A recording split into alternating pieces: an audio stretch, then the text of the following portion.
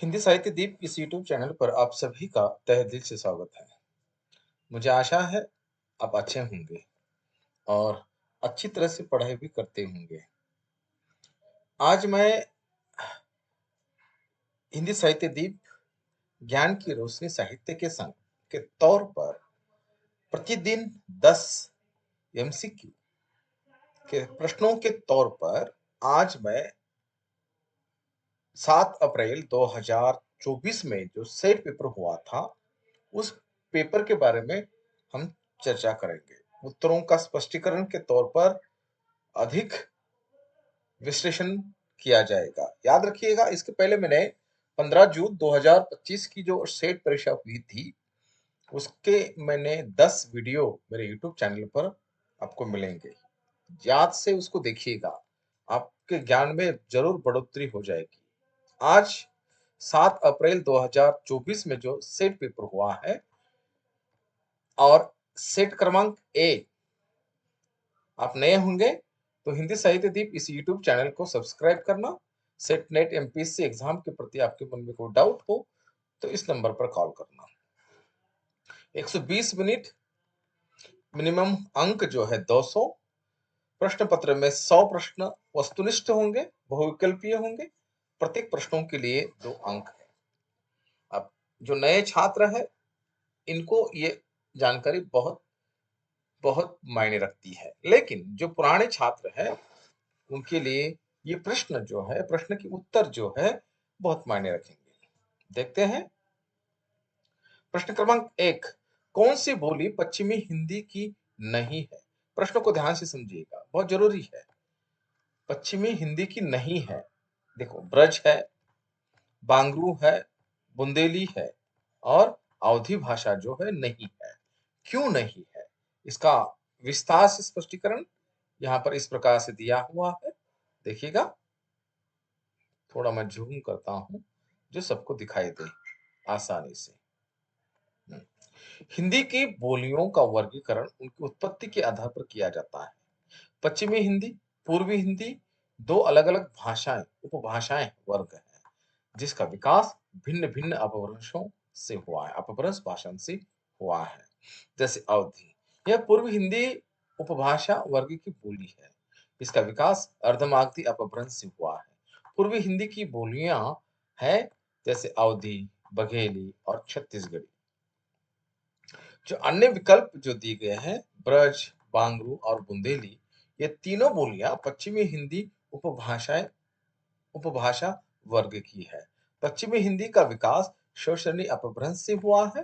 पश्चिमी हिंदी की 5 प्रमुख बोलियां हैं: कौरवी, खड़े बोली, ब्रज, बुंदेली, कन्नौजी और बांगरू।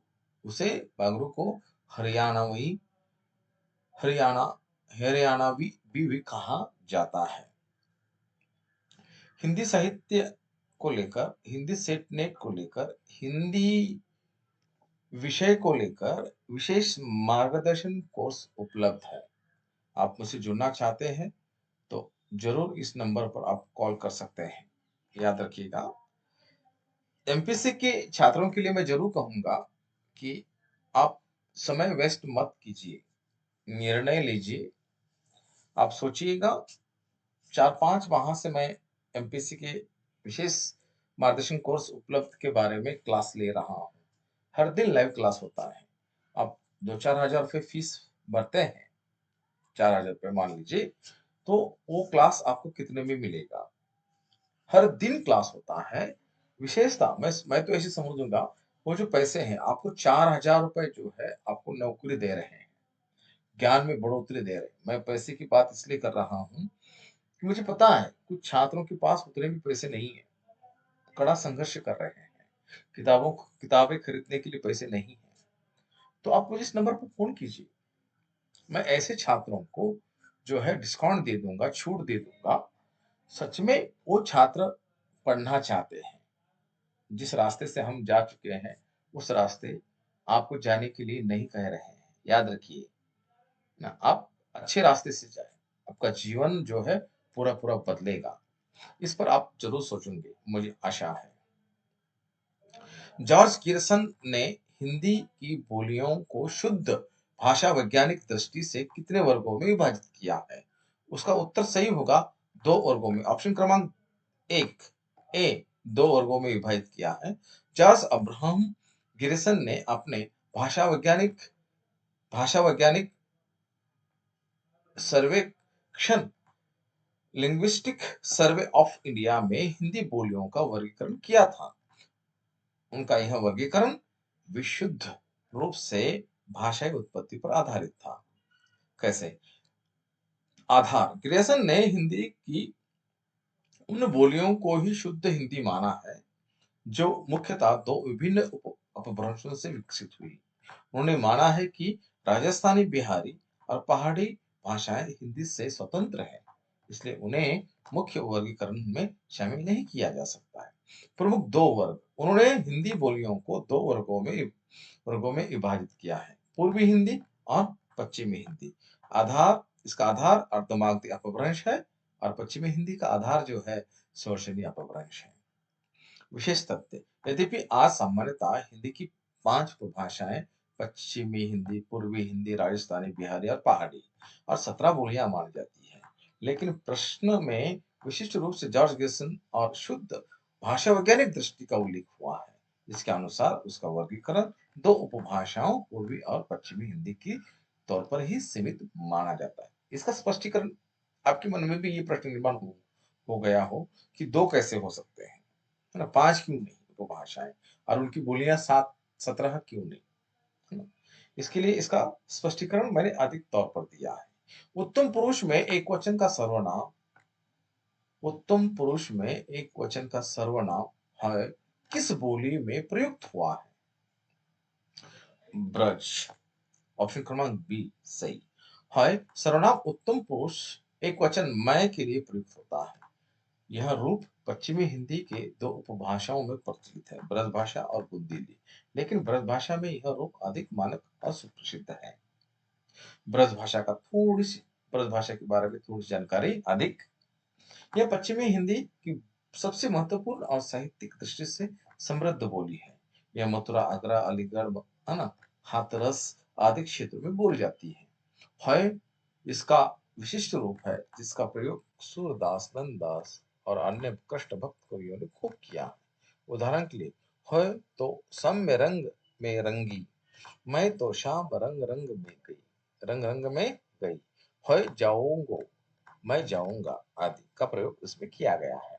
अन्य बोलियों में सर्वनाम अवधि बघेली पूर्वी हिंदी में मैं या मो, बुंदेली में होए, यह भी सही है, लेकिन विकल्प में ब्रज अवधि का मुखरता रखता हुआ दिखाई देता है। हिंदी साहित्य का इतिहास, पहला इतिहास लेखन लेखन कौन है, यानी कि लेखक कौन है? हिंदी साहित्य का पहला इतिहास के लेखक कौन है? दार्सी दासी। आसान प्रश्न है, कैसे?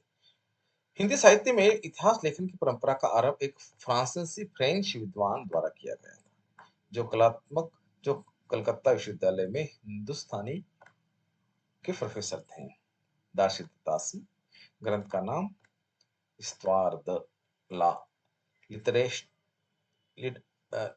लिटरेचर एंदुई ए हिंदुस्तानी। नाम में एंदुई का अर्थ है हिंदी या हिंदवी, या हिंदुस्तानी का अर्थ है हिंदुस्तानी उर्दू मिश्रित। प्रकाशन, यह ग्रंथ 2 भागों में क्रमशः विभाजित है। 1839 और 1847 में प्रकाशित हुआ है। भाषा फ्रेंच। यह ग्रंथ हिंदी साहित्य के इतिहास लेखन का पहला प्रयास है। इसकी मुख्य सीमा यह थी कि इसमें कवियों का विवरण कालानुक्रम न होकर अंग्रेजी वर्णमाला के अनुसार किया गया है, लेकिन प्रथम लेखन होने का श्रेय जो है इन्हीं को प्राप्त है। जॉर्ज गिब्सन, विकल्प ए, उन्होंने 1888 में the modern vernacular literature of Hindustan लिखा, जो हिंदी साहित्य का पहला कालानुक्रम इतिहास भी कहा जाता है। नलिन विलोचन शर्मा के अनुसार किसने हिंदी का सर्वप्रथम सुव्यवस्थित ऐतिहासिक साहित्यिक इतिहास लिखा। नलिन विलोचन शर्मा के अनुसार किसने हिंदी का सर्वप्रथम सुव्यवस्थित साहित्यिक इतिहास लिखा? आचार्य रामचंद्र शुक्ल ने। ऑप्शन क्रमांक 1 सही है। कैसे? आचार्य रामचंद्र शुक्ल का इतिहास ग्रंथ हिंदी साहित्य का इतिहास सन 1929 ई में इतिहास लेखन में एक मील का पत्थर माना जाता है। आलोचक नलिन विलोचन शर्मा ने इन्हीं हिंदी साहित्य का सर्वप्रथम सुव्यवस्थित साहित्यिक इतिहास माना है। नलिन विमोचन शर्मा का मत। नलिन विमोचन शर्मा ने हिंदी साहित्य के इतिहास लेखन की परंपरा का गहन अध्ययन किया। उन्होंने पाया कि दार्शिक तासी 1839 ई में, जॉर्ज गियर्सन 1888 ई में प्रयास यद्यपि प्राथमिक थे, लेकिन इनमें आलोचनात्मक दृष्टि से सुसंगत काल विभाजन का अभाव था। शर्मा जी के अनुसार आचार्य रामचंद्र शुक्ल जी ने पहली बार विधेयकवादी पद्धति पर आधारित एक सुव्यवस्थित इतिहास प्रस्तुत किया। शुक्ल जी ने विभिन्न साहित्यिक प्रवृत्तियों को इनके सामाजिक और राजनीतिक संदर्भों से जोड़ा। इससे हिंदी साहित्य को एक समृद्ध वैज्ञानिक आधार मिला। इसी कारण नलिन विमोचन शर्मा उन्हें सर्वप्रथम सुव्यवस्थित इतिहासकार मानते हैं। आचार्य रामचंद्र शुक्ल के इतिहास की विशेषताएं। विधेयवादी पद्धति, जिसका अर्थ इतिहास को तत्कालीन जाति परंपरा, सामाजिक परिवेश और युगीन परिस्थिति के साथ संदर्भ में देखना। सुसंगत काल विभाजन, उन्होंने साहित्य को 4 स्पष्ट तर्कसंगत कालों में विभाजित किया। आलोचनात्मक मूल्यांकन, कवियों और रचनाओं का केवल संग्रह नहीं, बल्कि उनकी साहित्यिक महत्ता और योगदान के आधार पर आलोचनात्मक मूल्यांकन किया गया है। प्रश्न क्रमांक 6, हिंदी के छात्र आप मुझसे जुड़ना चाहते हैं तो आपको जितनी सेटनेट के छात्रों को जितनी इकाइयां है, यूनिट है, उन सबके पीडीएफ नोट्स दिए जाएंगे। मैं कोर्स के बारे में जानकारी दे रहा हूँ। हिंदी साहित्य दीप इस यूट्यूब चैनल पर जो आपको कोर्स उपलब्ध होगा, उसके बारे में सभी इकाइयों के पीडीएफ नोट्स दिए जाएंगे। हर दिन लाइव लेक्चर लिया जाएगा। रिकॉर्डेड लेक्चर क्लासेस की लिंक आपको दी जाएगी। 10 टेस्ट सीरीज दिए जाएंगे। आप मान लीजिए एमपीएससी के लिए एडमिशन ले रहे हैं, है ना, और पहले 50 में आपका नाम होगा एडमिशन लेने में, तो आपको फीस में भी डिस्काउंट दिया जाएगा, याद रखिएगा।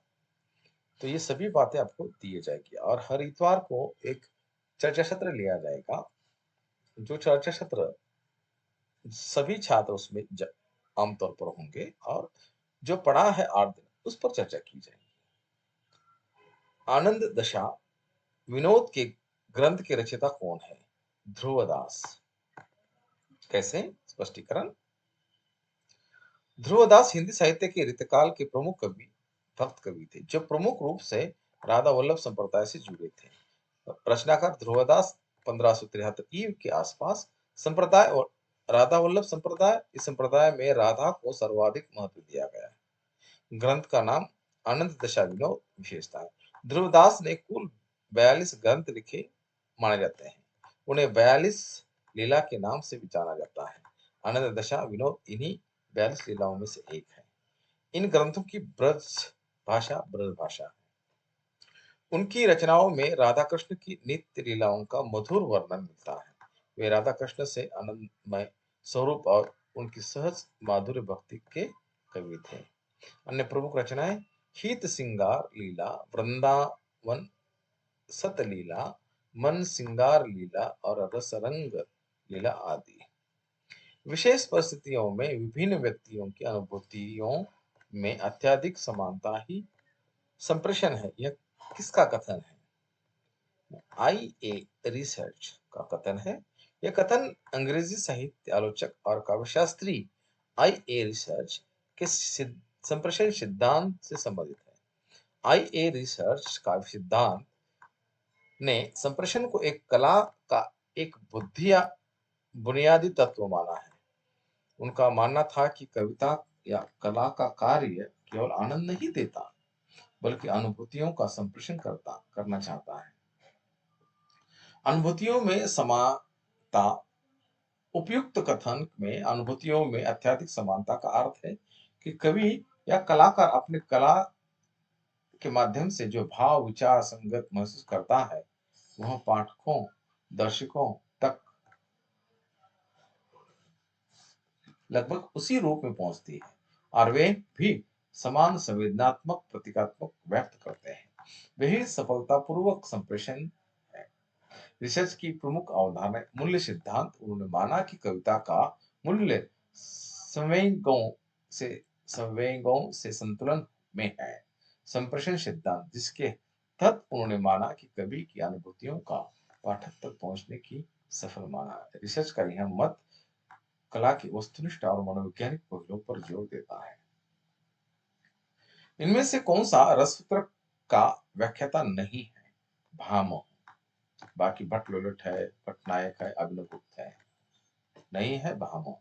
रससूत्र में व्याख्याता आचार्य वे आचार्य हैं जिन्होंने भरत मुनि द्वारा नाट्यशास्त्र में दिए गए रससूत्र विभावानुभाव व्यभिचारी संयोगादर्श रस निष्पत्ति की व्याख्या की।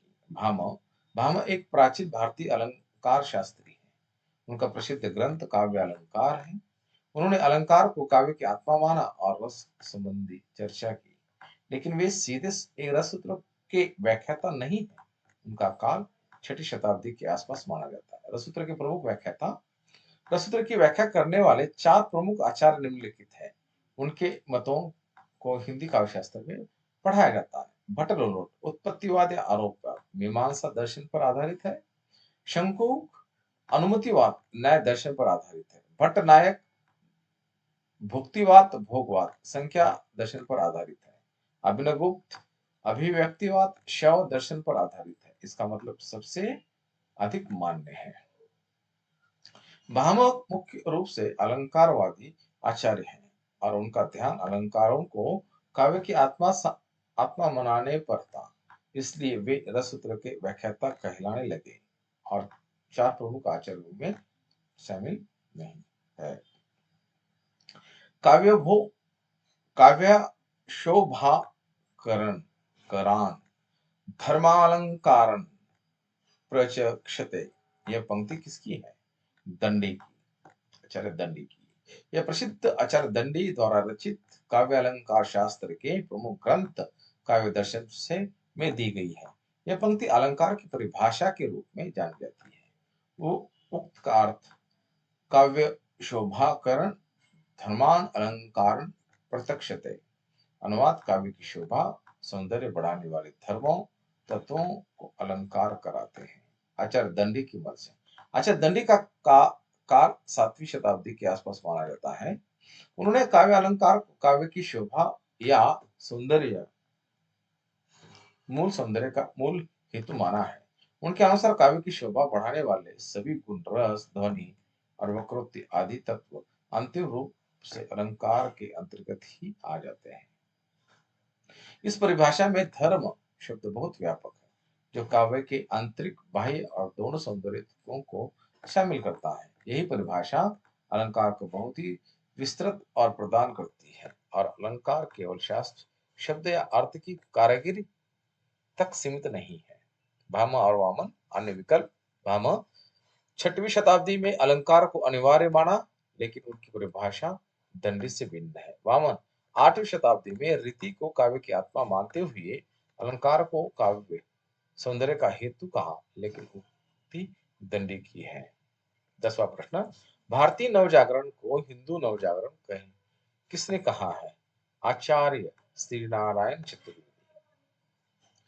भारतीय नवजागरण 19वीं शताब्दी के भारत में आए सामाजिक धार्मिक सांस्कृतिक पुनरुत्थान को कहा जाता है। विभिन्न विद्वानों ने इसके स्वरूप को अलग अलग नामों से दिया है। श्री नारायण चतुर्वेदी का मत। डॉक्टर श्री नारायण चतुर्वेदी का उन विद्वानों में से एक है जिन्होंने भारतीय नवजागरण को उनके धार्मिक सांस्कृतिक और पुनर्जागरण के पक्ष पर बल देते हुए हिंदू नवजागरण नाम दिया है। उनका मानना था कि जागरण मुख्य रूप से हिंदू धर्म और संस्कृति का पुनरुत्थान सुधार और आंदोलन है, जैसे आर्य समाज ब्रह्म समाज और पाश्चात्य प्रभाव के प्रति प्रतिक्रिया के रूप में शुरू हुआ था। इसलिए इसका स्वरूप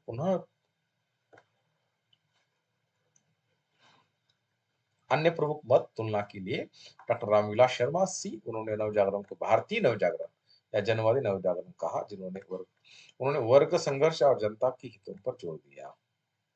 द्विवेदी शुक्ल हजारी प्रसाद द्विवेदी सामान्यतः नवजागरण शब्द का प्रयोग करते हैं। इस तरह भारतीय नवजागरण को हिंदू नवजागरण कहने का श्रेय मुख्य रूप से श्री नारायण लाल चतुर्वेदी को जाता है, जो उन्होंने धार्मिक और सांस्कृतिक पक्ष को अधिक महत्व दिया। आप मुझसे जुड़ना चाहते हैं तो इस नंबर पर आप कॉल कर सकते हैं। आप 10 1 से 10 तक मैंने ये प्रश्न पूरे दिए हैं।